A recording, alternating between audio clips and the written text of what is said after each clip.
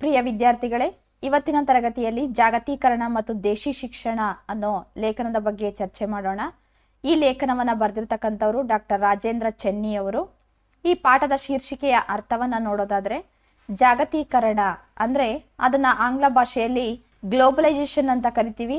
ಜಾಗತೀಕರಣ ಅಂತಂದ್ರೆ ಇವತ್ತು ಇಡೀ ವಿಶ್ವವೇ ಒಂದು ಮಾರುಕಟ್ಟೆಯಾಗಿದೆ. ಯಾವ ವ್ಯಕ್ತಿ ಆದರೂ ಸಹಿತ ತನ್ನ ವಸ್ತುಗಳನ್ನ, ಉತ್ಪನ್ನಗಳನ್ನ ಜಗತ್ತಿನ ಯಾವುದೇ ಭಾಗದಲ್ಲಾದ್ರೂ ಮಾರಬಹುದು. ತನಗೆ ಬೇಕಾದ ವಸ್ತುಗಳನ್ನ ಜಗತ್ತಿನ ಯಾವ ಮೂಲೆಯಿಂದ ಬೇಕಾದರೂ ಕೊಂಡ್ಕೊಳ್ಬಹುದು, ತರಿಸ್ಕೊಳ್ಬಹುದು. ಇದನ್ನ ನಾವು ಜಾಗತೀಕರಣ ಅಂತ ಕರಿತೀವಿ. ಈ ಜಾಗತೀಕರಣದ ಪ್ರಭಾವದಿಂದ ಸಾಕಷ್ಟು ಅನುಕೂಲಗಳು ಆಗಿದ್ದಾವೆ, ಹಾಗೆ ಅನಾನುಕೂಲಗಳು ಸಹಿತ ಆಗಿದ್ದಾವೆ. ಮತ್ತು ದೇಶಿ ಶಿಕ್ಷಣ ಅಂತಂದ್ರೆ ನಮ್ಮ ದೇಶದಲ್ಲಿ ದೊರೆಯುತ್ತಿರುವ ಶಿಕ್ಷಣ, ಮೂಲ ಶಿಕ್ಷಣ ಅಂತಕ್ಕಂಥದ್ದು. ಈ ಎರಡು ವಿಚಾರಗಳನ್ನ ಕುರಿತು ಲೇಖಕರು ಒಳ್ಳೆಯ ಚರ್ಚೆಯನ್ನ ನಡೆಸಿದ್ದಾರೆ. ಅದನ್ನ ನಾವು ನೋಡೋಣ. ಮೊದಲಿಗೆ ಪ್ರವೇಶಿಕೆಯ ಭಾಗವನ್ನ ನೋಡೋಣ. ಜಾಗತೀಕರಣ ಕಲ್ಪನೆಯನ್ನ ವಿದ್ಯಾರ್ಥಿಗಳಿಗೆ ಪರಿಚಯಿಸುವುದು, ಅದರ ಬಗ್ಗೆ ಶಿಕ್ಷಣ ವ್ಯವಸ್ಥೆಯಲ್ಲಿ ಯಾವ ಯಾವ ರೀತಿಯ ಬಿಕ್ಕಟ್ಟುಗಳು ಇವೆ ಎಂದು ಯೋಚಿಸುವ ಹಾಗೆ ಮಾಡುವುದು ಇಲ್ಲಿನ ಪಠ್ಯದ ಓದಿನ ಉದ್ದೇಶ. ಜಾಗತೀಕರಣ ಅಂತ ಅನ್ನೋ ಒಂದು ಕಲ್ಪನೆ ಇದೆಯಲ್ವಾ, ಕಾನ್ಸೆಪ್ಟು, ಅದನ್ನ ವಿದ್ಯಾರ್ಥಿಗಳಿಗೆ ಮೊಟ್ಟ ಮೊದಲಿಗೆ ಪರಿಚಯ ಮಾಡಿಕೊಡೋದು. ಜಾಗತೀಕರಣ ಅಂತ ಅಂದ್ರೆ ಏನು, ಅದರ ಅರ್ಥ ಏನು, ಅದರಿಂದ ಆಗೋ ಅನುಕೂಲಗಳೇನು, ಅನಾನುಕೂಲಗಳೇನು, ಅದರ ಬಗ್ಗೆ ತಿಳಿಸ್ಕೊಡೋದು. ಮತ್ತೆ ನಮ್ಮ ಶಿಕ್ಷಣ ವ್ಯವಸ್ಥೆಯಲ್ಲಿ ಈ ಜಾಗತೀಕರಣದ ಪ್ರಭಾವದಿಂದ ಯಾವ ಯಾವ ರೀತಿಯ ತೊಂದರೆಗಳು ಉಂಟಾಗ್ತಾ ಇದ್ದಾವೆ ಅನ್ನೋದನ್ನ ಯೋಚನೆ ಮಾಡೋ ಹಾಗೆ ಮಾಡೋದು ಈ ಪಾಠದ ಮುಖ್ಯ ಉದ್ದೇಶ. ದೇಶಿ ಶಿಕ್ಷಣ ಪದ್ಧತಿಯ ಬಗ್ಗೆ ಅರಿವು ಮತ್ತು ಹೆಮ್ಮೆಯನ್ನು ಮೂಡಿಸುವುದು. ದೇಶಿ ಶಿಕ್ಷಣ ಅಂದ್ರೆ ನಮ್ಮ ದೇಶದ ಶಿಕ್ಷಣ ವ್ಯವಸ್ಥೆ ಏನಿದೆ ಅದರ ಬಗ್ಗೆ ತಿಳುವಳಿಕೆ ಕೊಡೋದು ಮತ್ತೆ ಗೌರವವನ್ನ ಮೂಡಿಸ್ತಕ್ಕಂಥದ್ದು ಆ ಕೆಲಸ ಆಗ್ಬೇಕಾಗಿದೆ. ಇವತ್ತು ಕೆಲವರು ಫಾರಿನ್ಗೆ ಓದೋಕೆ ಹೋಗ್ತಾರೆ. ಅಲ್ಲಿನ ಶಿಕ್ಷಣ ವ್ಯವಸ್ಥೆ ನಮಗಿಂತ ಅತ್ಯುತ್ತಮವಾಗಿದೆಯಾ? ಖಂಡಿತವಾಗಿಯೂ ಇಲ್ಲ. ನಮ್ಮ ದೇಶದ ಶಿಕ್ಷಣವೇ ಬೇರೆ ದೇಶಗಳಿಗಿಂತ ತುಂಬಾ ಚೆನ್ನಾಗಿದೆ. ಅದನ್ನ ವಿದ್ಯಾರ್ಥಿಗಳಿಗೆ ತಿಳುವಳಿಕೆ ಕೊಡ್ತಕ್ಕಂಥದ್ದು. ಹಾಗೇನೆ ನಮ್ಮ ರಾಷ್ಟ್ರದ ಮಟ್ಟದಲ್ಲಿ ಅಂದ್ರೆ ನಮ್ಮ ದೇಶದ ಮಟ್ಟದಲ್ಲಿ, ಹಾಗೇನೆ ವಿಶ್ವದ ಮಟ್ಟದಲ್ಲಿ, ಇಡೀ ಪ್ರಪಂಚದ ಮಟ್ಟದಲ್ಲಿ ಸಾಹಿತ್ಯ, ಸಂಸ್ಕೃತಿ, ಮಾರುಕಟ್ಟೆ, ರಾಜಕಾರಣ ಇವುಗಳ ನಡುವಣ ಸಂಬಂಧಗಳನ್ನು ಚಿಂತಿಸಲು ವಿದ್ಯಾರ್ಥಿಗಳನ್ನು ತೊಡಗಿಸುವುದು ಕೂಡ ಈ ಅಧ್ಯಾಯದ ಉದ್ದೇಶ.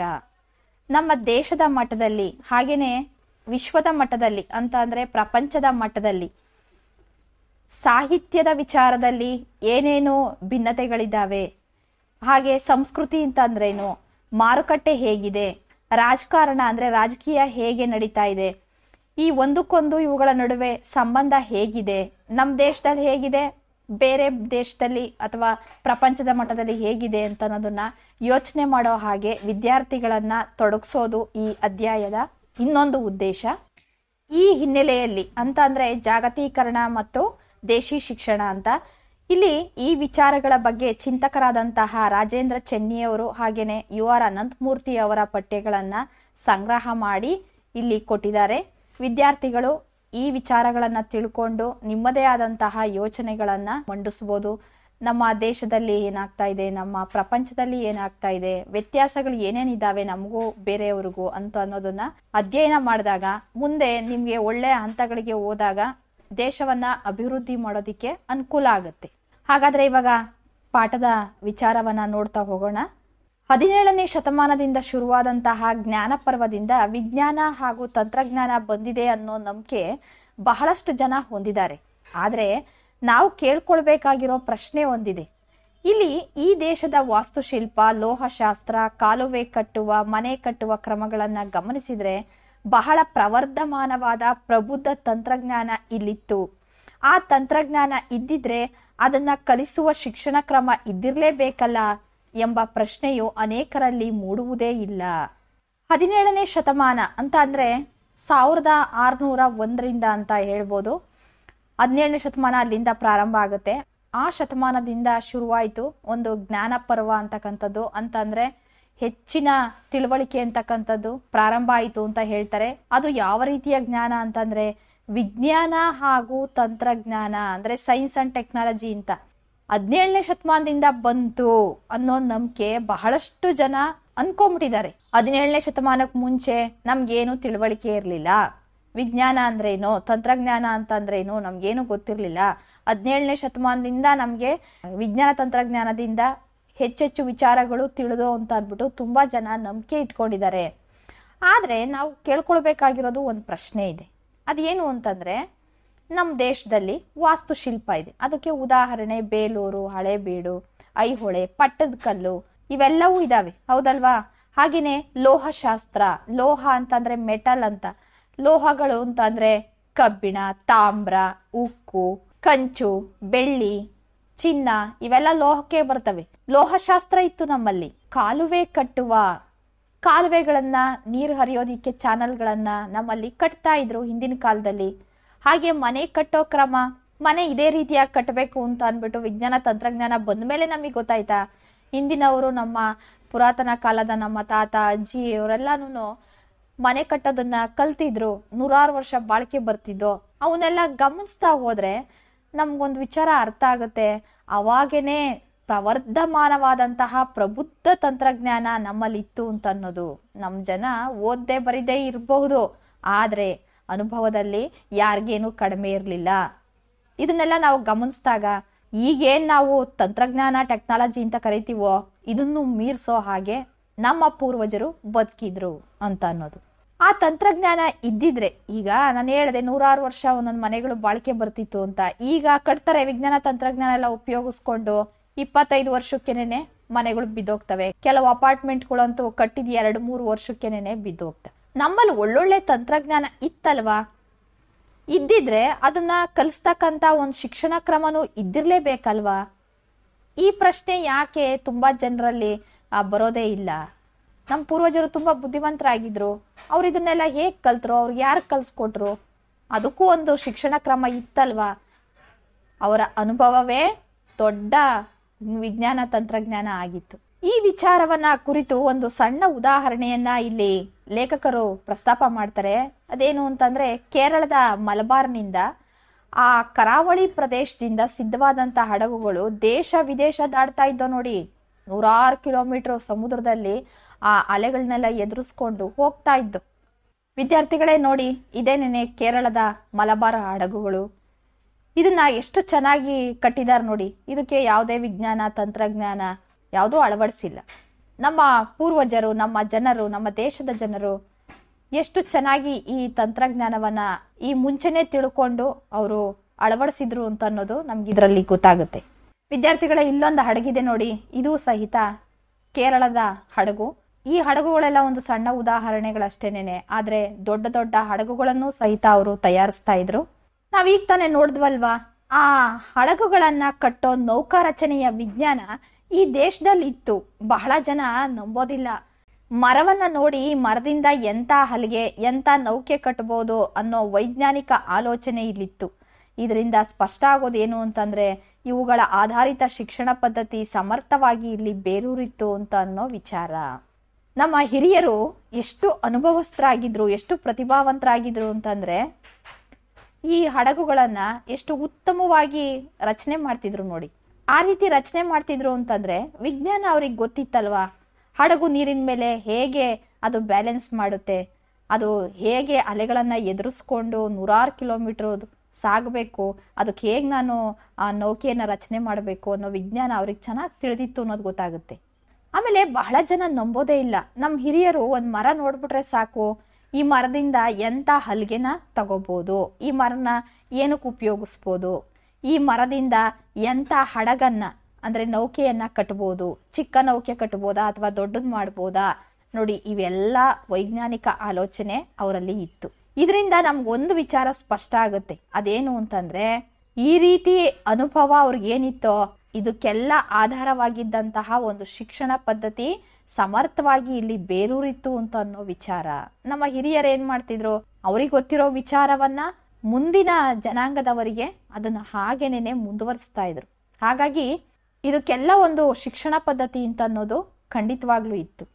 ವಿದ್ಯಾರ್ಥಿಗಳೇ, ಲೇಖಕರು ಮತ್ತೊಂದು ಉದಾಹರಣೆಯನ್ನ ಇಲ್ಲಿ ಪ್ರಸ್ತಾಪ ಮಾಡ್ತಾ ಇದ್ದಾರೆ. ದೆಹಲಿಯಲ್ಲಿ ಕಬ್ಬಿಣದ ಸ್ತೂಪವನ್ನ ನೋಡಿದಾಗ ಆಶ್ಚರ್ಯ ಆಗುತ್ತೆ. 100 ವರ್ಷಗಳಿಂದ ತುಕ್ಕು ಹಿಡಿದೆ ಮೂಲ ಸ್ವರೂಪದಲ್ಲಿಯೇ ಉಳಿದುಕೊಂಡ ಅಂತಹ ಕಬ್ಬಿಣವೊಂದು ಸೃಷ್ಟಿಯಾಗಲು ಲೋಹಶಾಸ್ತ್ರ, ಅದಕ್ಕನುಗುಣವಾದ ಗಣಿತಶಾಸ್ತ್ರ, ಪೂರಕವಾದ ಭೂಗರ್ಭ ವಿಜ್ಞಾನ ಅತ್ಯವಶ್ಯಕ ಅವೆಲ್ಲವೂ ಇಲ್ಲಿದ್ದೋ ಅಂತ ಪ್ರತಿಪಾದಿಸ್ತಾರೆ. ನೋಡಿ ವಿದ್ಯಾರ್ಥಿಗಳೇ, ಇಲ್ಲಿ ನೀವು ಚಿತ್ರದಲ್ಲಿ ನೋಡ್ತಾ ಇದ್ದೀರಲ್ವಾ, ಇದೇನೆ ದೆಹಲಿಯಲ್ಲಿರ್ತಕ್ಕಂತಹ ಕಬ್ಬಿಣದ ಕಂಬ. ನೋಡಿ, ಇದು ನೂರಾರು ಸಾವಿರಾರು ವರ್ಷಗಳ ಹಿಂದೆ ಸ್ಥಾಪನೆಯಾಗಿರ್ತಕ್ಕಂಥದ್ದು. ಈಗಲೂ ಸಹಿತ ಸ್ವಲ್ಪವೂ ತುಕ್ಕು ಹಿಡಿದಿಲ್ಲ. ಮೂಲ ಸ್ಥಿತಿಯಲ್ಲಿ ಹೇಗಿತ್ತೋ ಹಾಗೇನೇ ಇದೆ.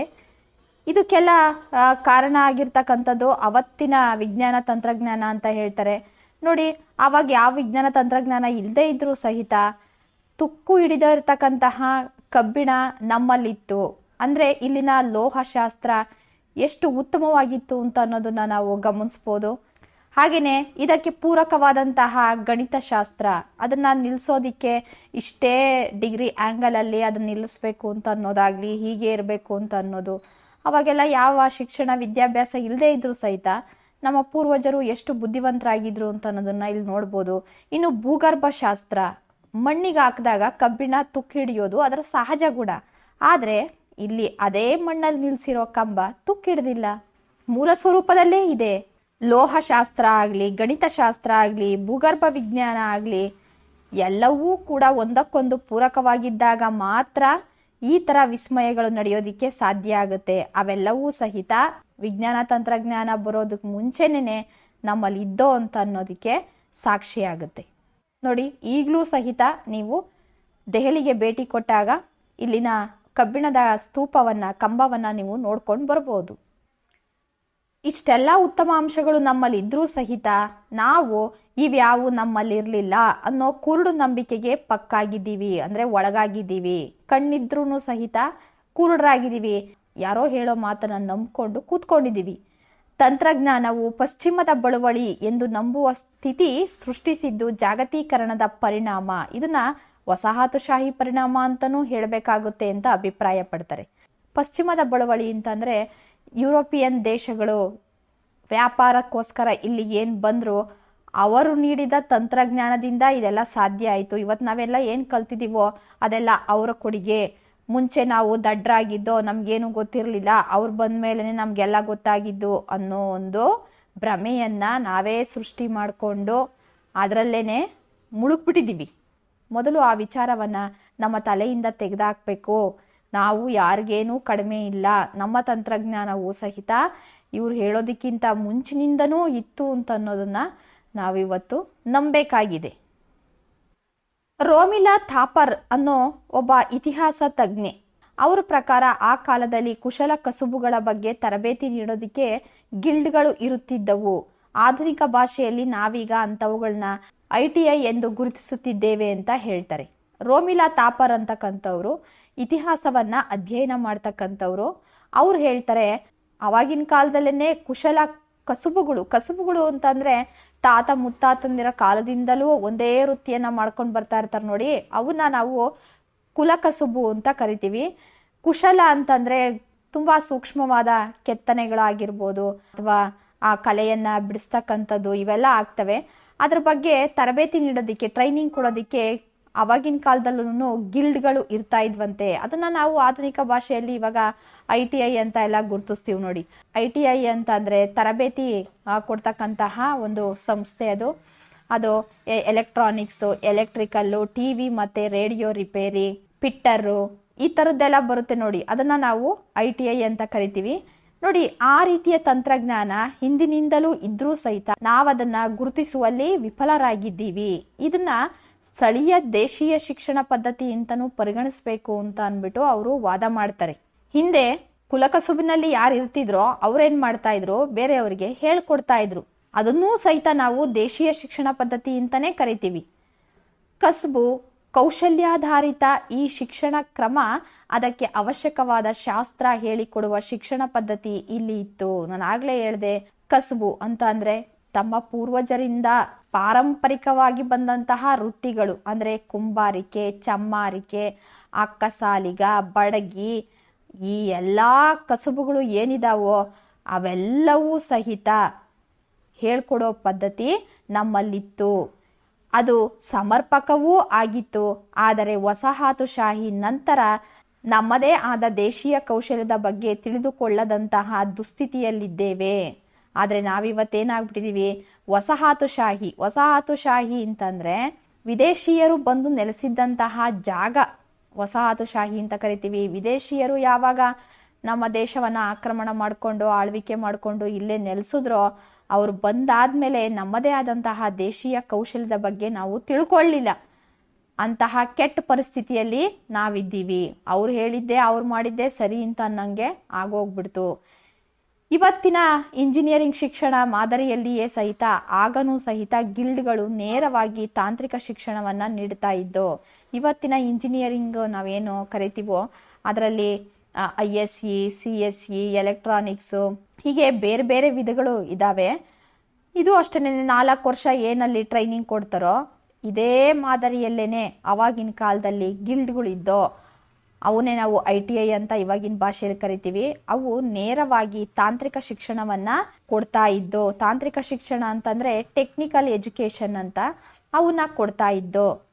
ಈ ಶಿಕ್ಷಣ ಪದ್ಧತಿಯ ಬಗೆಗೆ ನಮ್ಮಲ್ಲಿ ಮರೆವು ಉಂಟಾಗಿದ್ದು ಹೇಗೆ, ಅದರ ಬದಲಾಗಿ ಆಧುನಿಕ ತಂತ್ರಜ್ಞಾನ ಎಷ್ಟರ ಮಟ್ಟಿಗೆ ಸ್ಥಳೀಯ ಸಮಾಜದ ಅಗತ್ಯಗಳನ್ನು ಪೂರೈಸುತ್ತದೆ, ನಮ್ಮ ದೇಶಕ್ಕೆ ಎಷ್ಟು ಪ್ರಯೋಜನಕಾರಿ ಎಂದು ಆಲೋಚಿಸುವ ಸಂದರ್ಭದಲ್ಲಿ ಇಂದು ಪಶ್ಚಿಮದ ವಿಜ್ಞಾನವೇ ಎಲ್ಲ ಕಾಲದಲ್ಲಿಯೂ ಯೂನಿವರ್ಸಲ್ ಎಂಬಂತೆ ಬಿಂಬಿಸುವ ಪ್ರಚಾರ ಕ್ರಮ ವ್ಯಾಪಕವಾಗಿದೆ. ನೋಡಿ, ಇಂತಹ ಒಳ್ಳೆ ಶಿಕ್ಷಣ ಪದ್ಧತಿ ಗಿಲ್ಡ್ಗಳು ಎಲ್ಲ ನಮ್ಮಲ್ಲಿ ಇದ್ರೂ ಸಹಿತ ನಮ್ಗದ್ರ ಬಗ್ಗೆ ಮರೆವು ಉಂಟಾಯಿತು. ಇದು ಹೇಗೆ ಸಾಧ್ಯ ಆಯಿತು? ಅದನ್ನು ಮರೆತು ಬಿಟ್ಟು ಇವತ್ತಿನ ಆಧುನಿಕ ತಂತ್ರಜ್ಞಾನಕ್ಕೆ ನಮ್ಮ ಸ್ಥಳೀಯ ಸಮಾಜ ಒಗ್ಕೊಂಡ್ಬಿಟ್ಟಿದೆ. ನಮ್ಮ ಸ್ಥಳೀಯ ಸಮಾಜದ ಅಗತ್ಯತೆಗಳನ್ನು ಅಂದರೆ ಬೇಕು ಬೇಡಗಳನ್ನು ಇದು ಪೂರೈಸ್ತಾ ಇದೆಯಾ, ಇದು ನಮ್ಮ ದೇಶಕ್ಕೆ ಎಷ್ಟು ಉಪಯೋಗಕಾರಿಯಾಗಿದೆ ಅಂತ ಆಲೋಚನೆ ಮಾಡೋ ಒಂದು ಸಂದರ್ಭದಲ್ಲಿ ಇವತ್ತು ಪಶ್ಚಿಮದ ವಿಜ್ಞಾನವೇ ಎಲ್ಲ ಕಾಲದಲ್ಲಿಯೂ ಯೂನಿವರ್ಸಲ್ ಅಂದರೆ ಎಲ್ಲ ಕಾಲಕ್ಕೂ ಅನ್ವಯಿಸುತ್ತೆ ಅಂತ ಅನ್ನೋ ಒಂದು ವಿಚಾರ ಏನಿದೆ ನಮ್ಮ ತಲೆಯಲ್ಲಿ ಕೂತ್ಕೊಂಡ್ಬಿಟ್ಟಿದೆ. ಅಂತಹ ಪ್ರಚಾರ ಕ್ರಮ ಇವತ್ತು ವ್ಯಾಪಕವಾಗಿದೆ. ಯಾರತ್ರ ಆದ್ರೂ ನೀವು ಹೋಗ್ಬಿಟ್ಟು ಇದನ್ನ ನಮ್ಮ ಅಪ್ಪ ಈ ಥರ ಮಾಡೋದಕ್ಕೆ ಹೇಳ್ಕೊಟ್ಟಿದ್ರು, ನಮ್ಮ ತಾತ ಹೇಳ್ಕೊಟ್ರು ಅಂತ ಹೇಳಿಬಿಟ್ಟು ಅದನ್ನ ಆ ಕಾರ್ಯನ ಆ ಕೆಲಸ ನಾವು ಮಾಡಕ್ ಹೋದ್ರೆ ಅದನ್ನ ತಾತ್ಸಾರವಾಗಿ ಉದಾಸೀನವಾಗಿ ಕೀಳಾಗಿ ನೋಡ್ತಾರೆ ಜನ. ಅಂದ್ರೆ ಅದಕ್ಕೇನು ಬೆಲೆನೇ ಇಲ್ಲ ಅಂತ ಅನ್ನೋ ಥರ ವರ್ತಿಸ್ತಾರೆ. ಅದೇ ನಾನು ಅಲ್ಲಿ ಟ್ರೈನಿಂಗ್ ತಗೊಂಡೆ ಇಲ್ಲಿ ಟ್ರೈನಿಂಗ್ ತಗೊಂಡೆ ನಾನು ಮಾಡ್ಕೊಡ್ತೀನಿ ಅಂತ ಬಂದರೆ ಜನ ಅದಕ್ಕೆ ಎಷ್ಟು ಬೇಕಾದರೂ ದುಡ್ಡು ಕೊಟ್ಟು ಆ ಕೆಲಸಗಳನ್ನು ಮಾಡಿಸ್ಕೊಳ್ಳೋದಕ್ಕೆ ಸಿದ್ಧರಿರ್ತಾರೆ. ನೋಡಿ, ನಮ್ಮ ಶಿಕ್ಷಣಕ್ಕೆ ನಾವೇ ಬೆಲೆ ಕೊಡ್ತಾ ಇಲ್ಲ, ಅದಾಗಬಾರ್ದು. ಯುರೋಪಿನ ತಂತ್ರಜ್ಞಾನದ ಶಕ್ತಿ ಸಾರ್ವಕಾಲಿಕ. ಅಂದರೆ ಯುರೋಪ್ ಅದೇ ಪಶ್ಚಿಮ ರಾಷ್ಟ್ರಗಳು ಅಂತ ಹೇಳ್ತೀವಲ್ವಾ, ಪಶ್ಚಿಮದ ವಿಜ್ಞಾನ ಅದನ್ನೇ ಇಲ್ಲಿ ಹೇಳ್ತಾ ಇರೋದು. ಆ ಯುರೋಪಿನ ತಂತ್ರಜ್ಞಾನ ಏನಿದೆ ಅದು ಸಾರ್ವಕಾಲಿಕ, ಅಂದರೆ ಎಲ್ಲ ಕಾಲಕ್ಕೂ ಅನ್ವಯಿಸುತ್ತೆ. ಅಲ್ಲಿಯ ತಂತ್ರಜ್ಞಾನ ಇಲ್ಲಿಗೂ ಅನ್ವಯವಾಗಿರಬೇಕು ಎಂಬ ನಿಲುವುಗಳು ಈ ಪ್ರಚಾರ ಕ್ರಮದ ಭಾಗವಾಗಿಯೇ ವ್ಯಕ್ತವಾಗುತ್ತಿವೆ. ಅಲ್ಲಿ ಬಹಳ ಚೆನ್ನಾಗಿ ತಂತ್ರಜ್ಞಾನಗಳನ್ನು ಅಳವಡಿಸ್ಕೊಂಡಿದ್ದಾರೆ, ಅದೇ ತಂತ್ರಜ್ಞಾನ ನಾವು ಅಳವಡಿಸ್ಕೊಳ್ಬೇಕು ಅನ್ನೋ ಮಾತುಗಳು ಎಲ್ಲ ಕಡೆ ಪ್ರಚಾರ ಆಗ್ತಾ ಇದೆ. ಅದರ ಭಾಗವಾಗಿ ಜನನು ಅದನ್ನ ನಂಬಿಕೊಂಡು ಆ ಶಿಕ್ಷಣದ ಕಡೆಗೆ ಒಲವನ್ನು ತೋರಿಸ್ತಾ ಇದ್ದಾರೆ. ನಮ್ಮ ದೇಶದ ತಂತ್ರಜ್ಞಾನವು ಇಲ್ಲಿಯ ಅಗತ್ಯಗಳಿಗೆ ಸ್ಪಂದಿಸುವ ತಂತ್ರಜ್ಞಾನ ಆಗಿಲ್ಲ, ಸ್ವಲ್ಪ ಮಟ್ಟಿಗೆ ಆಗಿದೆ ಅಷ್ಟೇ ಎನ್ನುವಂತಹ ತುಚ್ಛೀಕರಣ ಇಲ್ಲಿದೆ. ನಮ್ಮ ದೇಶದ ತಂತ್ರಜ್ಞಾನ ಏನಿದೆ, ನಮ್ಗೆ ಏನು ಬೇಕು ಇಲ್ಲಿಗೆ ಅಲ್ಲಿಗೆ ಸ್ಪಂದಿಸ್ತಾ ಇಲ್ಲ. ಅಂತಹ ತಂತ್ರಜ್ಞಾನ ಆಗಿಲ್ಲ, ಸ್ವಲ್ಪ ಮಟ್ಟಿಗೆ ಆಗಿದೆ ಅಷ್ಟೇ ಅಂತ ಅನ್ನೋ ಒಂದು ಕೀಳು ಭಾವನೆ ನಮ್ಮಲ್ಲಿದೆ. ಇಲ್ಲಿನ ಯಾರೋ ಒಬ್ಬ ವ್ಯಕ್ತಿ ಅಥವಾ ಒಬ್ಬ ರೈತ ಏನನ್ನಾದ್ರೂ ಒಂದು ತಯಾರಿಸಿದಾನೆ ಅಂತಂದರೆ ಅದನ್ನು ಜನ ಕೀಳಾಗಿ ನೋಡ್ತಾರೆ. ಇದೇನು ಕೆಲಸ ಮಾಡುತ್ತೆ, ಇವನೇನು ಓದಿದ್ದಾನೆ ಅಂತ ಮಾತಾಡ್ತಾರೆ. ಅದೇ ಬೇರೆ ದೇಶದ್ದು ಯಾವುದಾದ್ರೂ made in Japan, made in China ಅಂತ ಅಂದರೆ ಅಂಥವನ್ನ ನಂಬ್ತಾರೆ. ನಂಬಿಬಿಟ್ಟು ಆ ವಸ್ತುಗಳನ್ನ ಖರೀದಿ ಮಾಡ್ತಾರೆ. ಅದೇ ನಮ್ಮವರು ಸ್ಥಳೀಯವಾಗಿ ಏನೋ ಒಂದು ಕಂಡಿಡ್ದಿದ್ದಾರೆ, ಅದನ್ನು ತಗೊಳ್ರಪ್ಪ ಅಂತಂದರೆ ಅದಕ್ಕೆ ಬಂಡವಾಳ ಹಾಕೋದಿಕ್ಕೆ ಯೋಚನೆ ಮಾಡ್ತಾರೆ. ಇದು ನಿಜವಾಗ್ಲೂ ಕೆಲಸ ಮಾಡುತ್ತಾ, ಇದು ಗ್ಯಾರಂಟಿನಾ ಅಂತ ಕೇಳ್ತಾರೆ. ಜಾಗತೀಕರಣದ ಅಪಾಯವನ್ನ ನಾವು ಇಲ್ಲಿ ಗುರುತಿಸಬೇಕು. ನೋಡಿ, ಜಾಗತೀಕರಣದಿಂದ ಇದೊಂದು ಅನಾನುಕೂಲ ಆಗ್ಬಿಟ್ಟಿದೆ. ಅಂದ್ರೆ ನಮ್ಮ ದೇಶೀಯ ವಸ್ತುಗಳಿಗೆ, ದೇಶೀಯ ಉತ್ಪನ್ನಗಳಿಗೆ, ಇಲ್ಲಿನ ಜನರ ತಂತ್ರಜ್ಞಾನಗಳಿಗೆ ಬೆಲೆ ಇಲ್ದಂಗೆ ಆಗ್ಬಿಟ್ಟಿದೆ.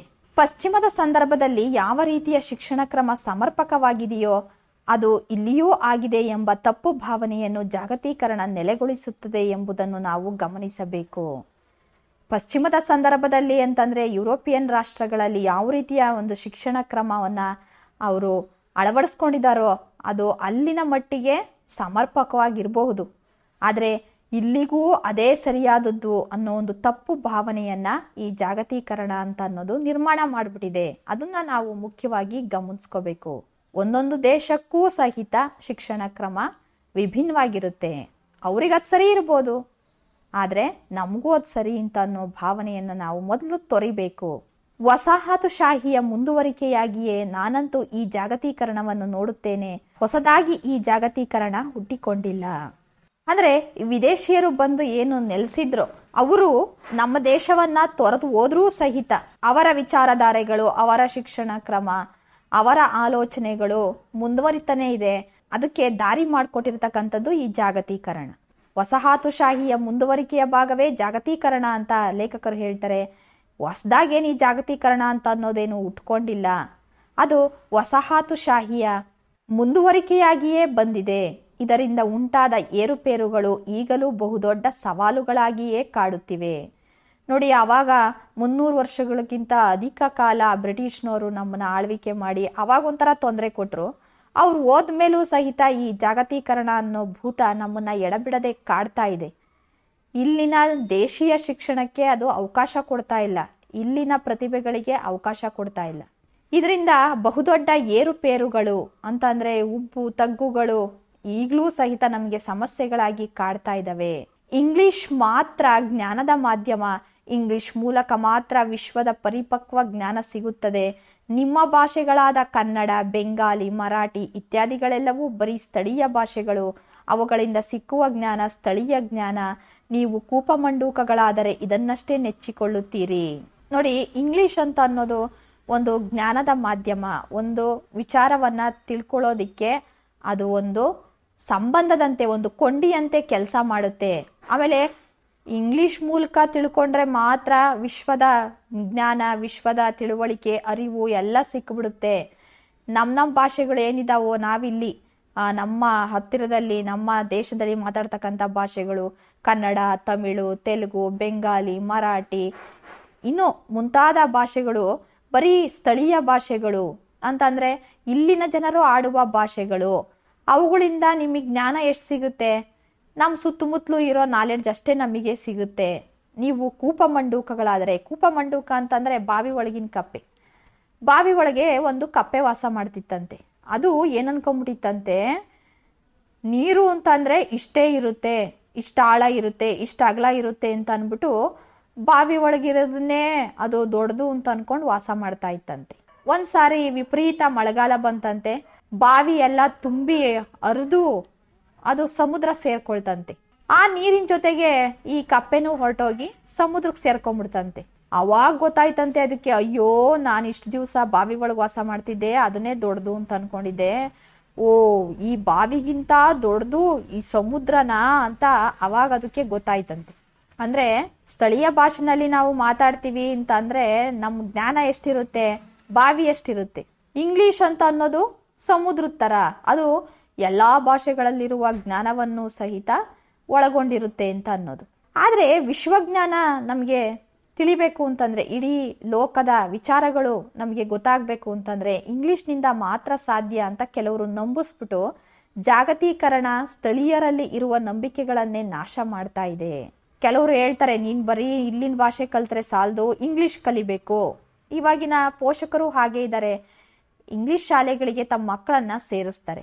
ನೋಡಿ, ತಲೆ ಮೇಲೆ ಇಂಗ್ಲಿಷ್ ಭಾಷೆಯನ್ನ ಒತ್ಕೊಂಡು ಮೆರೆಸ್ತಾ ಇರೋರು ನಾವೇನೇನೆ, ಬೇರೆ ಯಾರೂ ಅಲ್ಲ. ತಪ್ಪೆಲ್ಲ ನಮ್ದೇನೇನೆ. ನಮ್ಮ ಭಾಷೆಗೆ ಹೆಚ್ಚಿನ ಪ್ರಾಮುಖ್ಯತೆಯನ್ನ ಕೊಡಬೇಕು. ನೋಡಿ, ಕನ್ನಡದಲ್ಲೇ ಓದಿ ವಿಜ್ಞಾನಿಯಾದಂಥವರು ನಮ್ಮ ಡಾಕ್ಟರ್ CNR ರಾವ್ ಅವರು ಇವತ್ತು ಅಂತಾರಾಷ್ಟ್ರೀಯ ಮಟ್ಟದಲ್ಲಿ ಹೆಸರುವಾಸಿಯಾಗಿದ್ದಾರೆ. ಅವರೇನು ಇಂಗ್ಲಿಷ್ ಮಾಧ್ಯಮದಲ್ಲಿ ಓದ್ದವರಲ್ಲ, ಕಲ್ತವರಲ್ಲ, ಹೌದಲ್ವಾ? ಇದಕ್ಕಿಂತ ನಿಮ್ಗೆ ಉದಾಹರಣೆ ಬೇಕಾ? ನೋಡಿ, ಈ ಜಾಗತೀಕರಣ ಅಂತ ಅನ್ನೋದು ಏನ್ ಮಾಡ್ಬಿಟ್ಟಿದೆ, ಸ್ಥಳೀಯರಲ್ಲಿ ಒಂದಂಕೆ ಊಟ ಹಾಕ್ಬಿಟ್ಟಿದೆ. ನೀವು ಇಂಗ್ಲಿಷ್ನ ಕಲ್ತ್ರೆ ಮಾತ್ರ ನಿಮಗೆ ಪ್ರಪಂಚದ ಜ್ಞಾನ ಸಿಗುತ್ತೆ, ಇಲ್ಲ ಅಂದ್ರೆ ಸಿಗಲ್ಲ ಅಂತ. ಸ್ಥಳೀಯ ಅಂದ್ರೆ ಲೋಕಲ್ ಅಂತಕ್ಕಂಥದ್ದನ್ನ ವಿಶ್ವಾತ್ಮಕ ಅನ್ನೋದ್ರ ಜೊತೆಗೆ ವೈದೃಶ್ಯ ಮಾಡ್ಕೋಬೇಕು. ನೋಡಿ, ಸ್ಥಳೀಯ ಅಂತಂದ್ರೆ ನಮ್ಮ ಸುತ್ತಮುತ್ತಲು ಅಂತ, ಅದನ್ನ ತೆಗೆದಾಕ್ಬಿಟ್ಟು ನಾವು ವಿಶ್ವಾತ್ಮಕ ಅಂತಂದ್ರೆ ಇಡೀ ವಿಶ್ವಕ್ಕೆ ಸಂಬಂಧಿಸಿದ್ದು ಅನ್ನೋದ್ರ ಜೊತೆಗೆ ವೈದೃಶ್ಯ ಅಂದ್ರೆ ವಿಭಿನ್ನತೆ ಅಂತ ನಾವು ಎರಡನ್ನೂ ಜೊತೆ ಮಾಡ್ಕೋಬೇಕು. ಮಾಡಿಕೊಂಡು ಇಂಗ್ಲಿಷ್ ಮೂಲಕ ಬರೋದೆಲ್ಲ ವಿಶ್ವಾತ್ಮಕ, ಕನ್ನಡದ ಮೂಲಕ ಬರೋದೆಲ್ಲ ಸ್ಥಳೀಯ ಅಂತ ನಾವೇ ಗುರುತಿಸ್ಕೊಂಡ್ಬಿಟ್ಟಿದ್ದೀವಿ. ಎರಡನ್ನೂ ವೈದೃಶ್ಯ ವಿಭಿನ್ನತೆ ಮಾಡ್ಕೊಂಡು ನೋಡ್ತಾ ಇದ್ದೀವಿ. ನಮ್ಮ ಭಾಷೆಯಲ್ಲಿ ನಮಗೆ ಇಲ್ಲಿನ ಜ್ಞಾನ ಅಷ್ಟೇ ಇರುತ್ತೆ, ಇಂಗ್ಲಿಷ್ ಆದರೆ ಇಡೀ ವಿಶ್ವದ ಜ್ಞಾನ ಇರುತ್ತೆ ಅಂತ ಅಂದ್ಬಿಟ್ಟು ನಾವು ಗುರುತಿಸ್ಕೊಂಡಿದ್ದೀವಿ. ಈ ಜಾಗತೀಕರಣ ಆರಂಭವಾದ ನಂತರ ಅಂದರೆ 17ನೇ ಶತಮಾನದಿಂದ ಈಚೆಗೆ ನಮ್ಮ ದೇಶದ ಮಾಧ್ಯಮಗಳು ನಂಬಿರೋ ಸತ್ಯ ಏನು ಗೊತ್ತಾ? ಪ್ರತಿದಿನ ಬೆಳಿಗ್ಗೆ ಕರ್ನಾಟಕದಲ್ಲಿ ನಡೆಯುತ್ತಿರುವ ಚರ್ಚೆ ಏನು? ಇಂಗ್ಲಿಷ್ ಮೊದಲನೇ ಇಯತ್ತೆಯಿಂದ ಬೇಕೋ ಬೇಡವೋ? ಇಯತ್ತೆ ಅಂತಂದ್ರೆ ತರಗತಿ ಅಂತ. ಬೆಳಗಾದ್ರೆ ಟಿವಿ ಆನ್ ಮಾಡಿದ್ರೆ ನಮಗೆ ಇದೇ ವಿಚಾರಗಳು ಬರ್ತಾ ಇರುತ್ತೆ. 1ನೇ ತರಗತಿಯಿಂದ ಇಂಗ್ಲಿಷ್ ಬೇಕಾ ಅಥವಾ ಬೇಡವಾ ಅನ್ನೋ ಚರ್ಚೆಗಳು ಪ್ರತಿ ದಿವಸ ನಮ್ಮ ಟಿವಿ ಮಾಧ್ಯಮಗಳಲ್ಲಿ ನಡೀತಾ ಇರುತ್ತೆ. ಇದರ ಹಿಂದೆ ಪ್ರಬಲವಾಗಿರುವ ಚರ್ಚೆ ಅಂತಂದ್ರೆ ಸ್ಥಳೀಯ ಭಾಷೆಗಳಿಂದ ಸ್ಥಳೀಯ ಜ್ಞಾನ ಮಾತ್ರ ಸಿಗುತ್ತದೆ, ವಿಶ್ವಕ್ಕೆ ಕನ್ನಡಿಯಾಗಿರುವುದು ಇಂಗ್ಲಿಷ್ ಮಾತ್ರ, ಇದು ತಪ್ಪು. ನಾವು ಏನು ಹೇಳಬೇಕು ಎಂದರೆ ಇಂಗ್ಲಿಷ್ ಕಾಡು ಭಾಷೆಯಾಗಿದ್ದಾಗಲೇ ನಮ್ಮಲ್ಲಿ ಪಂಪ ಮಹಾಕಾವ್ಯ ಬರೆದಿದ್ದ ಅಂತ. ನೋಡಿ, ಕೆಲವ್ರು ಹೇಳ್ತಾರೆ ನೀನು ಕನ್ನಡ ಭಾಷೆ ಕಲಿತು ಬರೀ ಕನ್ನಡನೇ ಮಾತಾಡ್ತೀಯ ಅಂತಂದ್ರೆ ನಿನಗೆ ಬೇರೆ ದೇಶಗಳಲ್ಲಿರ್ತಕ್ಕಂತಹ ಜ್ಞಾನ ಸಿಗಲ್ಲ, ನೀನು ಇಂಗ್ಲಿಷ್ ಕಲಿ ಅಂತ ಹೇಳ್ತಾರೆ. ನೋಡಿ, ಅದು ತಪ್ಪು. ಇಡೀ ವಿಶ್ವಕ್ಕೆ ಕನ್ನಡಿಯಾಗಿರೋದು ಇಂಗ್ಲಿಷ್ ಮಾತ್ರ ಅಂತ ಅನ್ನೋದು ಕೆಲವರು ತಿಳ್ಕೊಂಬಿಟ್ಟಿದ್ದಾರೆ. ಅಂಥವ್ರಿಗೆ ನಾವು ಏನು ಉತ್ತರ ಹೇಳಬೇಕು ಅಂತಂದ್ರೆ, ಇಂಗ್ಲಿಷು ಕಾಡು ಭಾಷೆ ಆಗಿತ್ತು ಅಂದ್ರೆ ಯಾರು ಜನ ಮಾತಾಡ್ತಾನೆ ಇರಲಿಲ್ಲ ಇಂಗ್ಲಿಷನ್ನ. ಯುರೋಪ್ನಲ್ಲಿ ಯಾವುದೋ ಒಂದು ಮೂಲೆ ಕೆಲವು ಹಳ್ಳಿಗಳಲ್ಲಿ ಅಷ್ಟೇ ಇಂಗ್ಲಿಷ್ನ ಮಾತಾಡ್ತಾ ಇದ್ರು. ಅಂತ ಕಾಲದಲ್ಲಿ ಕನ್ನಡದಲ್ಲಿ ಇಲ್ಲಿ ಏನ್ ಸಾಧನೆ ಆಗಿತ್ತು ಅಂತಂದ್ರೆ ಆದಿಕವಿ ಪಂಪ ಮಹಾಕಾವ್ಯನೇ ಬರೆದು ಬಿಟ್ಟಿದ್ದ.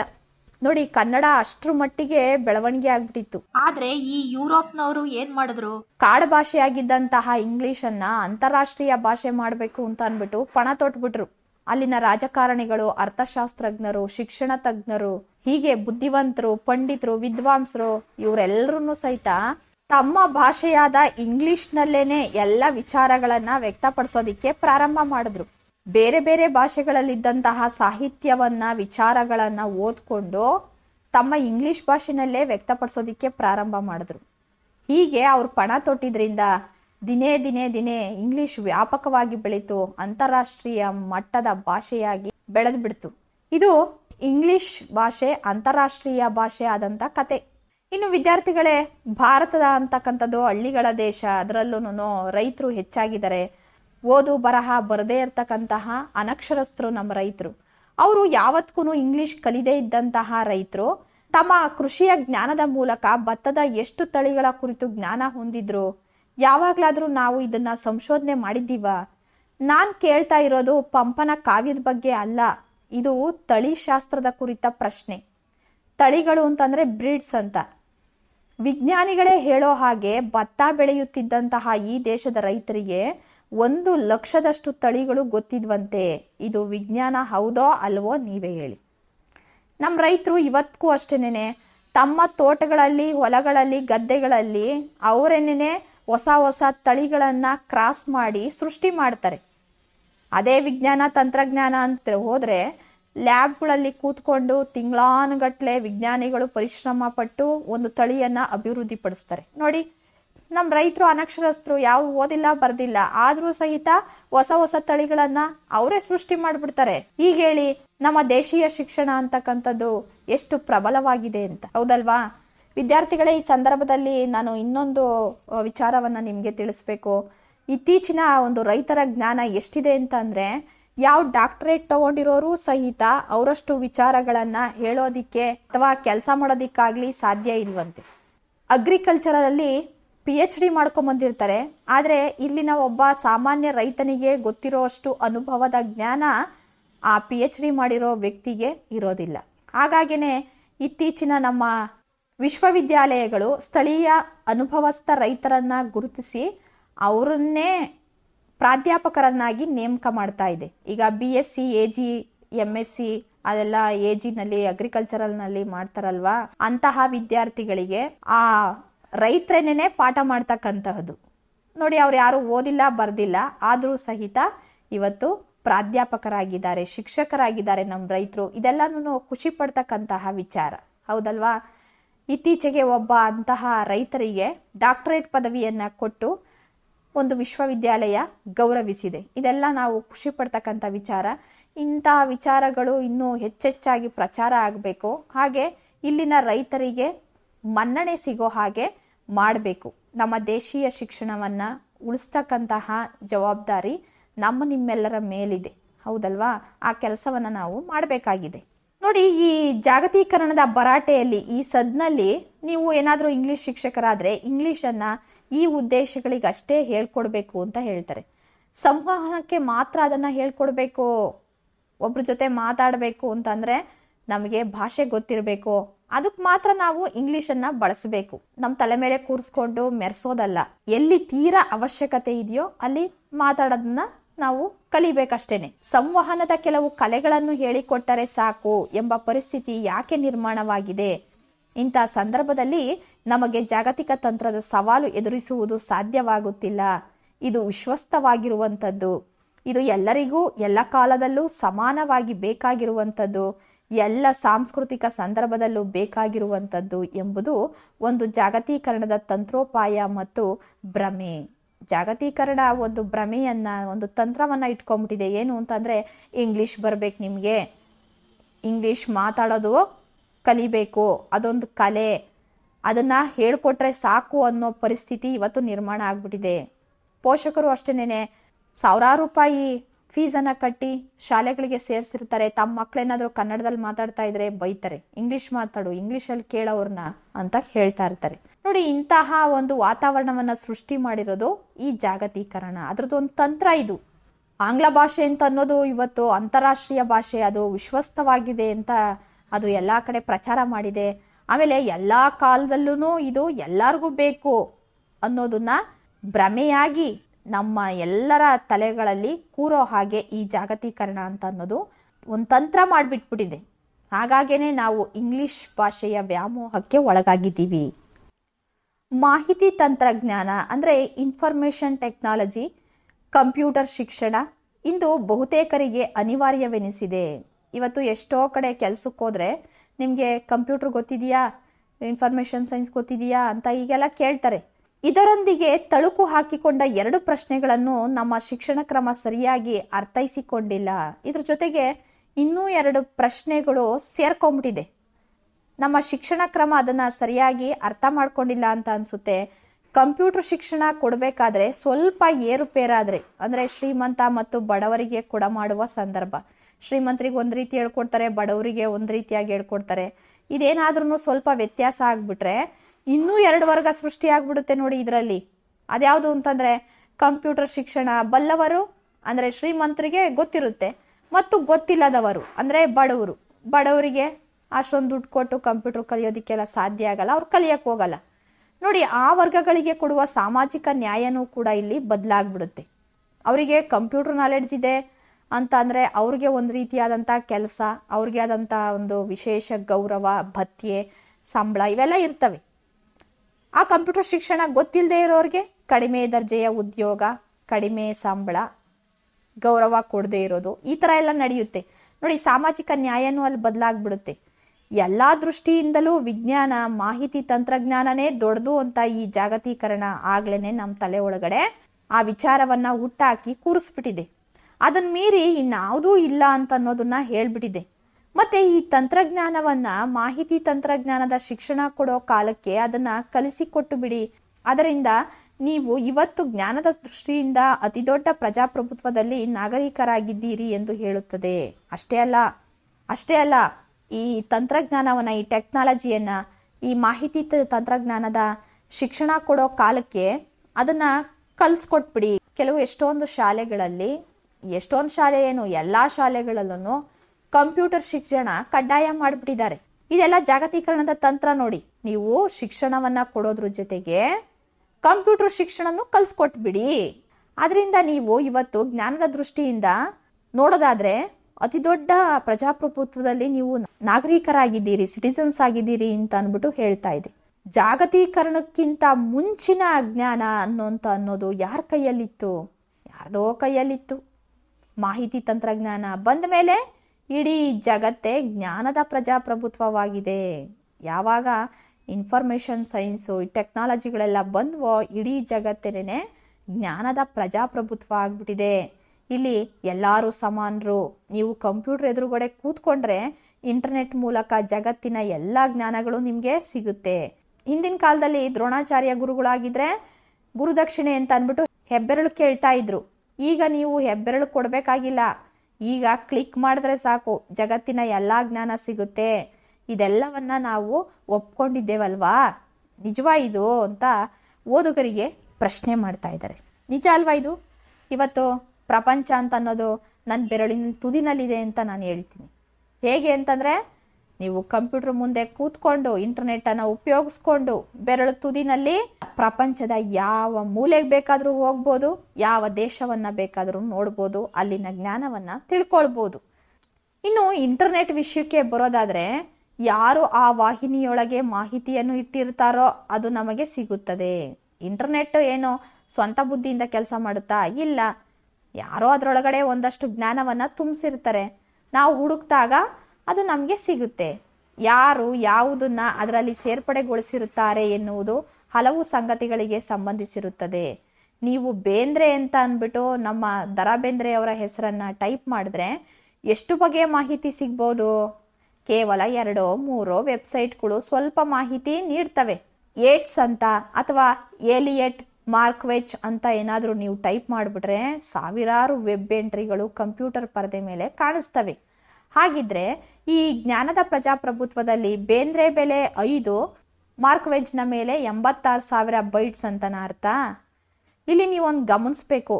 ಏನು ಅಂತಂದರೆ, ಎಲ್ಲಿವರೆಗೆ ವಿಶ್ವದಲ್ಲಿ ಬೇರೆ ಬಗೆಯ ಅಸಮಾನತೆಗಳು ಇರ್ತಾವೋ ಆ ಅಸಮಾನತೆಗಳನ್ನು ನೀವು ಒಂದು ಕ್ಲಿಕ್ನಿಂದ ಹೋಗಲಾಡಿಸುವುದಕ್ಕೆ ಸಾಧ್ಯ ಇಲ್ಲ. ಅದೊಂದು ನಿಮಗೆ ಭ್ರಮೆ ಅಷ್ಟೇನೇನೆ. ಆದರೂ ನಾನು ಈ ವಾದವನ್ನು ನಿಮ್ಮ ಮುಂದೆ ಇಡ್ತಾ ಇದ್ದೀನಿ. ಬಹುಮಟ್ಟಿಗೆ ಅದು ಒಂದು ಒಳ್ಳೆಯ ಕೆಲಸ ಮಾಡಿದೆ. ಬಹುಮಟ್ಟಿಗೆ ಜ್ಞಾನದ ಮಾಹಿತಿಯ ಬಗ್ಗೆ ಕೆಲವರು ಇಟ್ಕೊಂಡಂತಹ ಯಜಮಾನಿಕೆಯನ್ನು ಭಗ್ನ ಮಾಡಿದೆ.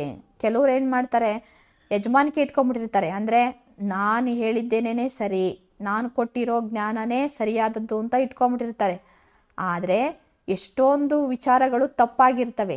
ನಮಗೆ ಇಂಟರ್ನೆಟ್ ಸಹಾಯದಿಂದ ಗೂಗಲಲ್ಲಿ ಹುಡುಕಿದಾಗ ಒಂದಷ್ಟು ಸತ್ಯಾಸತ್ಯತೆಗಳು ಹೊರಬೀಳ್ತವೆ.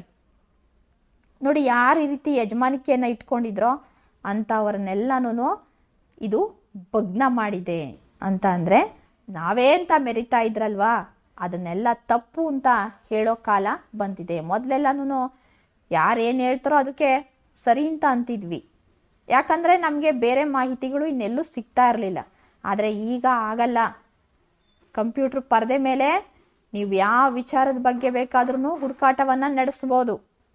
ಇದು ಸತ್ಯ, ನೀವು ಹೇಳಿದ ಸುಳ್ಳು ಅಂತ ಅಂದ್ಬಿಟ್ಟು ಹೇಳ್ಬೋದು. ವಿದ್ಯಾರ್ಥಿಗಳೇ, ಈ ರೀತಿಯಿಂದ ಇಂಟರ್ನೆಟ್, ಕಂಪ್ಯೂಟರ್ ಒಂದು ರೀತಿಯ ಸ್ವಾತಂತ್ರ್ಯವನ್ನು ನಮಗೆ ಕೊಟ್ಬಿಟ್ಟಿದೆ. ಆದರೆ ಈ ಶಿಕ್ಷಣ ವ್ಯವಸ್ಥೆ ಅಂತಕ್ಕಂಥದ್ದು ಕಂಪ್ಯೂಟರ್ ಶಿಕ್ಷಣಕ್ಕಷ್ಟೇನೆ ಮೀಸಲಾಗಿರಬಾರ್ದು. ಹೌದಲ್ವಾ? ಶಿಕ್ಷಣ ಅಂತಂದರೆ ಕಂಪ್ಯೂಟರ್ ಕಲ್ತ್ರೆ ಮಾತ್ರ ಅದು ಪರಿಪೂರ್ಣವಾದಂಥ ಶಿಕ್ಷಣ, ಇಲ್ಲ ಅಂತಂದರೆ ಇಲ್ಲ ಅಂತ ಅನ್ನೋದು ಅದು ದೂರ ಆಗಬೇಕದು. ಅದರಿಂದ ಆಗಬಹುದಾದ ಪರಿಣಾಮಗಳನ್ನು ಸಹಿತ ನಾವು ದೂರದಿಂದಲೇ ಗಮನಿಸಬೇಕಾಗತ್ತೆ, ಅರ್ಥ ಮಾಡ್ಕೊಳ್ಬೇಕು. ಇಲ್ಲ ಅಂತಂದರೆ ಇನ್ನೊಂದು ದೊಡ್ಡ ಡಿಜಿಟಲ್ ಕಂದರ ನಿರ್ಮಾಣ ಆಗುತ್ತೆ. ಕಂದರ ಅಂತಂದರೆ ಆಳವಾದಂತಹ ವ್ಯತ್ಯಾಸ ಅಂತಕ್ಕಂಥದ್ದು. ಈಗ ಶ್ರೀಮಂತ ಬಡವ ಅಂತ ಅನ್ನೋದು ಒಂದು ಕಂದರ, ಅಲ್ಲಿ ಸಮಾನತೆ ಅಂತ ಅನ್ನೋದು ಹೊರಟೋಗ್ಬಿಡುತ್ತೆ. ಯಾರು ಎಷ್ಟೇ ಓದಿದ್ರು ಅವ್ರು ಕಂಪ್ಯೂಟರ್ ಕಲ್ತಿಲ್ಲ ಅಂತಂದರೆ ಅವ್ರ ಶಿಕ್ಷಣ ಪರಿಪೂರ್ಣ ಆಗಿಲ್ಲ, ಅಪೂರ್ಣ ಅಂತಲೇ ಅರ್ಥ ಅಂತ ಅನ್ನೋ ಒಂದು ಮನೋಭಾವನೆ ಎಲ್ಲರಲ್ಲೂ ಬಂದ್ಬಿಡುತ್ತೆ. ಇದನ್ನು ನಾವು ಕಂದರ ಅಂತ ಕರಿತೀವಿ. ಈಗ 2-3 ಜನರೇಷನ್ ಹಿಂದೆ ಇರೋರು ಅವರು PhD ಮಾಡಿರ್ತಾರೆ, 30 ವರ್ಷ ಅವ್ರಿಗೆ ಅನುಭವ ಇರುತ್ತೆ, ಎಕ್ಸ್ಪೀರಿಯನ್ಸ್ ಇರುತ್ತೆ. ಆದರೆ ಅವ್ರಿಗೆ ಈ ಟೆಕ್ನಾಲಜಿ, ಒಂದು ಮೊಬೈಲ್ ಬಳಕೆ ಆಗಿರ್ಬೋದು, ಈ ಕಂಪ್ಯೂಟರ್ ತಂತ್ರಜ್ಞಾನ ಆಗಿರ್ಬೋದು, ಅವರಿಗೆ ಅದೆಲ್ಲ ಗೊತ್ತಿರೋದಿಲ್ಲ. ಗೊತ್ತಿಲ್ಲ ಅಂತಂದರೆ ಅವ್ರು ದಡ್ರು ಅಂತ ಅನ್ನೋಂಗೆ ಆಗ್ಬಿಟ್ಟಿದೆ. ಇದು ತಪ್ಪು ತಿಳುವಳಿಕೆ. ಬಡವರು ಶ್ರೀಮಂತರು ಅಂತ ನಮ್ಮ ಸಮಾಜದ ವ್ಯವಸ್ಥೆಯಲ್ಲಿ ಏನಿದೆಯೋ ಹಾಗೇನೆ ಈ ಕಂಪ್ಯೂಟರ್ನಲ್ಲಿಯೂ 2 ವಿಧ ಇದೆ. ಕಂಪ್ಯೂಟರ್ ಸಾಕ್ಷರರು ಅಂದರೆ ಕಂಪ್ಯೂಟರ್ನ ತಿಳುವಳಿಕೆ ಇರೋರು, ಮತ್ತು ಕಂಪ್ಯೂಟರ್ ಸಾಕ್ಷರತೆ ಇಲ್ಲದವರು ಅಂದರೆ ಕಂಪ್ಯೂಟರ್ ಜ್ಞಾನ ಇಲ್ಲದೆ ಇರೋರು ಅನ್ನೋ ಒಂದು 2 ವರ್ಗಗಳ ಮಧ್ಯೆ ಭೀಕರವಾದ ಒಂದು ಅಂತರ ಸಾಧ್ಯವಾಗುವ ಸ್ಥಿತಿ ಇದೆ. ಅಂತಂದರೆ ದೊಡ್ಡದಾದಂತಹ ಒಂದು ಸಮಸ್ಯೆ ಅಂತರ ಉಂಟಾಗೋ ಒಂದು ಪರಿಸ್ಥಿತಿ ಇವತ್ತು ನಿರ್ಮಾಣ ಆಗ್ತಾ ಇದೆ. ಸರಿಯಾಗಿ ಕಂಪ್ಯೂಟರ್ ಶಿಕ್ಷಣ ಹೇಳಿಕೊಡ್ತಕ್ಕಂತಹ ಉತ್ಕೃಷ್ಟ ನಿದರ್ಶನಗಳಿವೆ. ನಿದರ್ಶನ ಅಂದ್ರೆ ಉದಾಹರಣೆ ಅಂತ. ತಮಿಳುನಾಡಿನ ಕರಾವಳಿ ಭಾಗದಲ್ಲಿ ಮೀನುಗಾರರ ಕುಟುಂಬದ ಮಹಿಳೆಯರನ್ನೇ ಕಂಪ್ಯೂಟರ್ ಕಲ್ತ್ಕೊಂಡು ಅದರ ಎದುರುಗಡೆ ಕುಳಿತುಕೊಂಡು ಕಂಪ್ಯೂಟರ್ ಮೂಲಕ ಹವಾಮಾನದ ಎಲ್ಲ ಮಾಹಿತಿಗಳನ್ನ ಕಲೆ ಹಾಕಿ ಸಂವಹನ ಮಾಡ್ತಾರೆ. ಇದೆಲ್ಲ 4-5 ದಿನ ಮುಂಚೆನೇ ಅವರಿಗೆ ಗೊತ್ತಾಗ್ಬಿಡುತ್ತೆ. ಮಳೆ ಯಾವಾಗ ಬರುತ್ತೆ, ಚಂಡಮಾರುತ ಹೇಳುತ್ತಾ, ಇದೆಲ್ಲ ಅವ್ರಿಗೆ ಗೊತ್ತಾಗುತ್ತೆ ನೋಡಿ. ಇನ್ನು ಪಬ್ಲಿಕ್ ಅಡ್ರೆಸ್ ಸಿಸ್ಟಮ್, ಮೈಕ್ರೋಫೋನ್ ಎಲ್ಲ ಬಳಸ್ಕೊಳ್ತಾ ಇದ್ದಾರೆ. ಅವರು ಏನ್ ಕಡಿಮೆ ಇಲ್ಲ, ತಂತ್ರಜ್ಞಾನದಲ್ಲಿ ಅವರು ಮುಂದಿದ್ದಾರೆ. ಈ ಮುಖವೂ ಕಂಪ್ಯೂಟರ್ಗಿದೆ. ಆದರೆ ಇಂಥ ಸಾಧ್ಯತೆಗಳನ್ನ ಹೇಳಿಕೊಡದೆ ಇರೋದೇನೆ ನಮ್ಮ ಉನ್ನತ ಶಿಕ್ಷಣದ ತೊಂದರೆ. ನಮ್ಮ ಹೈಯರ್ ಎಜುಕೇಶನ್ ಏನಿದೆ ಇದನ್ನೆಲ್ಲ ಹೇಳ್ಕೊಡ್ತಾ ಇಲ್ಲ. ಇದು ನಮ್ಮಲ್ಲಿರ್ತಕ್ಕಂತಹ ಸಮಸ್ಯೆ. ಜಗತ್ತಿನ ಹಲವಾರು ದೇಶಗಳಲ್ಲಿ, ಮುಖ್ಯವಾಗಿ ಈ ಲ್ಯಾಟಿನ್ ಅಮೆರಿಕಾದಂತಹ ದೇಶಗಳಲ್ಲಿ ಪ್ರಧಾನವಾಗಿ ಪಶ್ಚಿಮದಿಂದ ಬಂದ ಈ ಕಂಪ್ಯೂಟರ್, ಇಂಟರ್ನೆಟ್, ಈ ಮಾಹಿತಿ ಜ್ಞಾನ ಮೂಲಗಳನ್ನ ಅವರವರ ಅವಶ್ಯಕತೆಗಳಿಗಾಗಿ ಬಳಸೋ ಕ್ರಮವನ್ನ ಅನುಸರಿಸ್ತಾ ಇದ್ದಾರೆ. ಜಾಗತೀಕರಣವನ್ನ ಬಳಸ್ಕೊಂಡೇನೆ ಅದನ್ನ ಪ್ರತಿರೋಧಿಸುವ ಕೆಲಸ ಕೂಡ ಆಗ್ತಾ ಇದೆ. ಇನ್ನು ಎಷ್ಟೋ ಜನ ಜಾಗತೀಕರಣವನ್ನ ಬಳಸ್ಕೊಳ್ತಾ ಇದ್ದಾರೆ. ಇಂಟರ್ನೆಟ್ ಬಳಸ್ಕೊಂತಾರೆ, ಕಂಪ್ಯೂಟರ್ ಬಳಸ್ಕೊಳ್ತಾರೆ, ಆಮೇಲೆ ಅದನ್ನೇ ಬೈತಾ ಕೂತ್ಕೊಳ್ತಾರೆ. ಈ ತರನೂ ಕೂಡ ವರ್ಗ ಇದೆ. ಇನ್ನು ಜಾಗತೀಕರಣದ ಅರ್ಥವ್ಯವಸ್ಥೆ ಏನಿದೆ, ಅದರ ಎಕಾನಮಿ ಸಿಸ್ಟಮ್ ಏನಿದೆ, ಆ ತೊಂದರೆಗಳಿಗೆ ನಾವು ಸಾಕ್ಷಿ ಆಗ್ತಾನೆ ಇದ್ದೇವೆ. ಯಾವ ಮಾಧ್ಯಮಗಳು ಸಹಿತ, ಯಾವ ಮೀಡಿಯಾಗಳು ಸಹಿತ ಅದನ್ನ ಕ್ರೈಸಿಸ್ ಅಂತ ಹೇಳೋದಿಲ್ಲ, ಕರೆಯೋದಿಲ್ಲ. ಕ್ರೈಸಿಸ್ ಅಂತಂದ್ರೆ ಬಿಕ್ಕಟ್ಟು, ತೊಂದರೆ ಅಂತ ಅವು ಹೇಳೋದಿಲ್ಲ. ನಮ್ಮ ಅರ್ಥಶಾಸ್ತ್ರದ ಪ್ರೊಫೆಸರ್ಗಳು ಹಾಗೆ ಕರೆಯೋದಿಕ್ಕೆ ಇಷ್ಟಪಡೋದಿಲ್ಲ. ಅವ್ರ ಪ್ರಕಾರ ಇವೆಲ್ಲವೂ ಸರಿಪಡಿಸಬಹುದಾದಂತಹ ಸಣ್ಣ ತೊಂದರೆಗಳು ಅಷ್ಟೇನೆ, ಸಣ್ಣ ಸಮಸ್ಯೆಗಳು. ಒಂದು ಸಣ್ಣ ಏರುಪೇರು ನಾಳೆ ಸರಿಪಡಿಸ್ಬೋದು ಅನ್ನೋ ಭಾವನೆ ಇಲ್ಲಿದೆ. ಇವತ್ತು ಲಾಜಿಕಲ್ ಆದಂತಹ ಕ್ರೈಸಿಸ್ ಸೇರಿಕೊಂಡಿದೆ. ನಾವು ಮಾಡಿಕೊಂಡಿರ್ತಕ್ಕಂತಹ ಉನ್ನತ ಶಿಕ್ಷಣ ವ್ಯವಸ್ಥೆಯೊಳಗೆ ಆಯ್ಕೊಂಡಿರ್ತಕ್ಕಂತಹ ಆಯ್ಕೆಗಳು ತಾತ್ಕಾಲಿಕ ಮಾತ್ರ, ಅವೇನು ಶಾಶ್ವತ ಅಲ್ಲ. ಅವು ಶಾಶ್ವತವಾಗಿ ಇದೇ ರೀತಿ ಮುಂದುವರಿಯೋದಿಲ್ಲ. ಅವಕ್ಕೆ ಪೂರಕವಾದ ಜಾಗತಿಕ ವ್ಯವಸ್ಥೆ ಕೂಡ ಹಾಗೇನೆ ನಾವು ಅಂದ್ಕೊಂಡಷ್ಟು ತಾಳಿಕೆ, ಸಸ್ಟೈನಬಿಲಿಟಿ ಅದಕ್ಕೆ ಇರೋದಿಲ್ಲ. ಹಾಗಾಗಿನೇ ನಮ್ಮ ಆದ್ಯತೆಗಳು ಮತ್ತೆ ಬದಲಾಗ್ತಾ ಇದ್ದಾವೆ ಅಂತ ಅಂದ್ಕೊಂಡಿದ್ದೇನೆ. ನೋಡಿ, ಈ ಜಾಗತೀಕರಣ ಅಂತ ಅನ್ನೋದು ಮೇಲ್ನೋಟಕ್ಕೆ ಹೇಗೆ ಕಾಣುತ್ತೆ, ವಿಜ್ಞಾನವನ್ನ ಸಮರ್ಥಿಸುವ ಹಾಗೆ ಕಾಣಿಸುತ್ತೆ. ಆದರೆ ಮೂಲಭೂತವಾಗಿ ವೈಜ್ಞಾನಿಕ ಚಿಂತನೆ ಅಂದ್ರೆ ಸೈಂಟಿಫಿಕ್ ಥಾಟ್ಸ್ ಅಂತ ಏನ್ ಕರಿತೀವೋ ಅದು ಜಾಗತೀಕರಣಕ್ಕೆ ಇವತ್ತು ಬೇಡವಾಗಿದೆ. ನಮ್ಮ ಉನ್ನತ ಶಿಕ್ಷಣದ ಒಳಗೆ ಏನಿದೆ, ಹೈಯರ್ ಎಜುಕೇಶನ್ ಅಂತ ಏನಿದೆ, ಈಗ ನೀವೇನು ಓದ್ತಾ ಇದ್ದೀರೋ BCom, ಅದು ಉನ್ನತ ಶಿಕ್ಷಣಕ್ಕೆ ಬರುತ್ತೆ. ಈ ವ್ಯವಸ್ಥೆಯೊಳಗೆ ನೀವೇನು ಆಯ್ಕೆ ಮಾಡ್ಕೊಂಡಿದ್ದೀರೋ ಆ ಆಯ್ಕೆಗಳು ತಾತ್ಕಾಲಿಕ ಮಾತ್ರ ಆಗಿರುತ್ತೆ. ಅವು ಶಾಶ್ವತವಾಗಿ ಮುಂದುವರಿಯೋದಿಲ್ಲ. ನೀವು ಓದ್ತೀರಾ, ಹೊರಟೋಗ್ಬಿಡ್ತೀರಾ. ಆದರೆ ನಿಜ ಜೀವನದಲ್ಲಿ ಅದನ್ನ ಅಳವಡಿಸ್ಕೊಂಡಾಗ ಮಾತ್ರ ಅದು ಶಾಶ್ವತ ಆಗುತ್ತೆ. ಅದಕ್ಕೆ ಪೂರಕವಾದಂತಹ ಜಾಗತಿಕ ವ್ಯವಸ್ಥೆ ಕೂಡ ಹಾಗೇನೆ ಇರಬೇಕು. ಆಮೇಲೆ ನಾವು ಅಂದ್ಕೊಂಡಿರೋಷ್ಟು ತಾಳಿಕೆ ಅಂತಂದ್ರೆ ತಾಳ್ಮೆ, ಸಹಿಸ್ತಕ್ಕಂಥದ್ದು, ಆ ಸಸ್ಟೈನಬಿಲಿಟಿ ಅದಕ್ಕಿರೋದಿಲ್ಲ. ಹಾಗಾಗಿನೇ ನಮ್ಮ ಆದ್ಯತೆಗಳೇನಾಗ್ತಾ ಇರುತ್ತೆ, ಮತ್ತೆ ಬದಲಾಗ್ತಾ ಇರ್ತವೆ. ನಾವು ಇವತ್ತು ಇದನ್ನ ಸರಿ ಅಂತ ಅನ್ಕೊಂಡ್ರೆ ಅದು ನಾಳೆ ದಿವಸ ನಮಗೆ ತಪ್ಪಾಗಿ ಕಾಣಿಸುತ್ತೆ. ಕೆಲವು ಸರಿ ತಪ್ಪು ಅಂತ ಅನ್ಕೊಂಡಿದ್ದು ಸರಿ ಅಂತ ಅನ್ಸುತ್ತೆ. ಜಾಗತೀಕರಣನೂ ಹಾಗೇನೆ, ಕೆಲವೊಂದ್ಸರಿ ತಪ್ಪು ಅನ್ಸುತ್ತೆ, ಆಮೇಲೆ ಕೆಲವೊಂದ್ಸರಿ ಸರಿ ಅಂತ ಅನ್ಸುತ್ತೆ. ಹೀಗೆ ಆಧುನಿಕ ವಿಜ್ಞಾನವನ್ನೇ ವಿರೋಧಿಸ್ತಾ ಇದ್ದೀನಿ ಅಂತ ಅನ್ನೋ ಅರ್ಥ ಅಲ್ಲ. ಇಲ್ಲಿ ಲೇಖಕರು ಹೇಳ್ತಾ ಇದ್ದಾರೆ, ಜಾಗತೀಕರಣದ ಪ್ರಭಾವದಿಂದ ಎಷ್ಟೊಂದು ಅಂಶಗಳು ಸರಿ ಅಂತ ಅನ್ಸುತ್ತೆ. ನಾನು ಪೂರ್ತಿ ಆಧುನಿಕತೆಯನ್ನ ನಾನು ವಿರೋಧಿಸ್ತಾ ಇಲ್ಲ. ವಿಜ್ಞಾನವನ್ನ ತ್ಯಜಿಸುವಂತಹ, ತಿರಸ್ಕರಿಸುವಂತಹ ಪ್ರಶ್ನೆನೇ ಇಲ್ಲ. ನನ್ನ ಪ್ರಕಾರ ಜಾಗತೀಕರಣವು ವಿಜ್ಞಾನವನ್ನ ಸಂಪೂರ್ಣವಾಗಿ ಒಪ್ಕೊಳ್ಳೋದಿಲ್ಲ. ಜಾಗತೀಕರಣ ಅಂತ ಅನ್ನೋದು ವಿಜ್ಞಾನವನ್ನ ಸಂಪೂರ್ಣವಾಗಿ ಅದು ಒಪ್ಕೊಳ್ತಾ ಇಲ್ಲ. ಅದು ತನಗೇನು ಬೇಕೋ ಅದನ್ನಷ್ಟೇನೆ ಲಾಭಾಂಶದ ದೃಷ್ಟಿಯಿಂದ ನೋಡ್ತಾ ಇದೆ ಅಂತ ಹೇಳ್ತಾರೆ.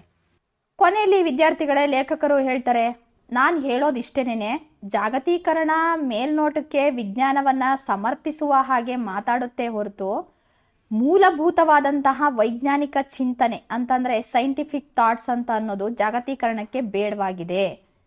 ಜಾಗತೀಕರಣ ಅಂತ ಅನ್ನೋದು ವೈಜ್ಞಾನಿಕ ಚಿಂತನೆಯನ್ನ ಬೆಳೆಯೋಕೆ ಅವಕಾಶ ಕೊಡೋದಿಲ್ಲ.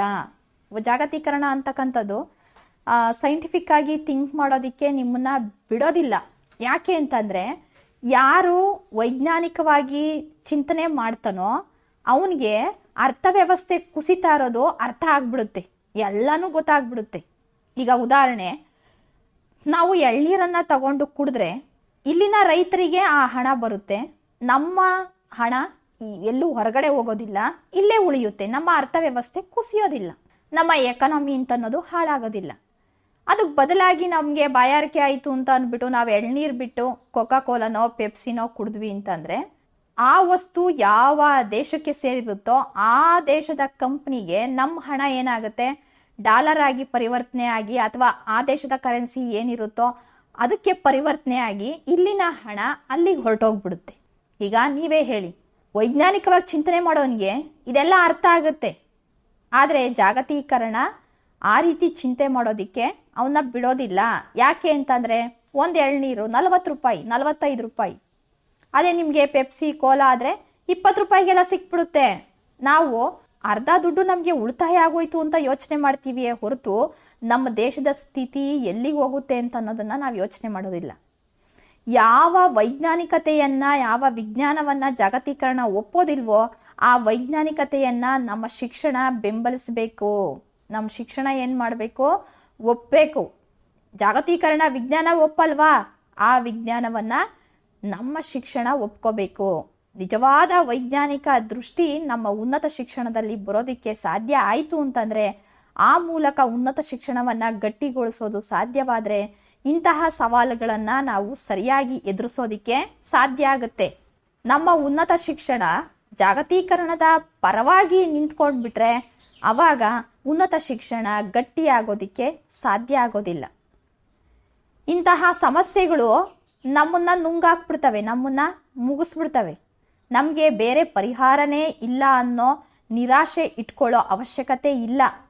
ನಾವು ಈಗಲೂ ಕೂಡ ನಮ್ಮ ಆಯ್ಕೆಗಳನ್ನು, ಆಪ್ಷನ್ಸನ್ನು ಬದಲಾಯಿಸ್ಕೊಳ್ಬೋದು, ಎಚ್ಚೆತ್ಕೊಳ್ಬೋದು. ನಾವು ಈಗ ಮನಸ್ಸು ಮಾಡಿದ್ರೂ ಸಾಧ್ಯ ಇದೆ.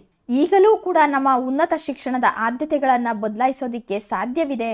ಹಾಗೆ ಮಾಡಿದಾಗ ಈ ಸವಾಲುಗಳನ್ನು ಎದುರಿಸ್ಕೊಂಡೇ ನಮ್ಮ ಶಿಕ್ಷಣ ಪದ್ಧತಿ ಬೆಳೆಯೋದಿಕ್ಕೆ ಸಾಧ್ಯ ಇದೆ. ಉನ್ನತ ಶಿಕ್ಷಣ ಅಂತಂದಾಗ ವಿದ್ಯಾರ್ಥಿಗಳೇ, ನೀವೇನು BCom ಓದ್ತಾ ಇದ್ದೀರೋ ನಿಮ್ಮದು ಸಹಿತ ಉನ್ನತ ಶಿಕ್ಷಣಕ್ಕೆ ಬರುತ್ತೆ. ಯೂನಿವರ್ಸಿಟಿ ಲೆವೆಲಲ್ಲಿ ಇರ್ತಕ್ಕಂಥದ್ದೆಲ್ಲನೂ ಉನ್ನತ ಶಿಕ್ಷಣನೇ. ನೀವುಗಳು ನಮ್ಮ ಆದ್ಯತೆಯನ್ನು, ಆಯ್ಕೆಯನ್ನು ಬದಲಾಯಿಸ್ಕೊಳ್ಬೇಕು.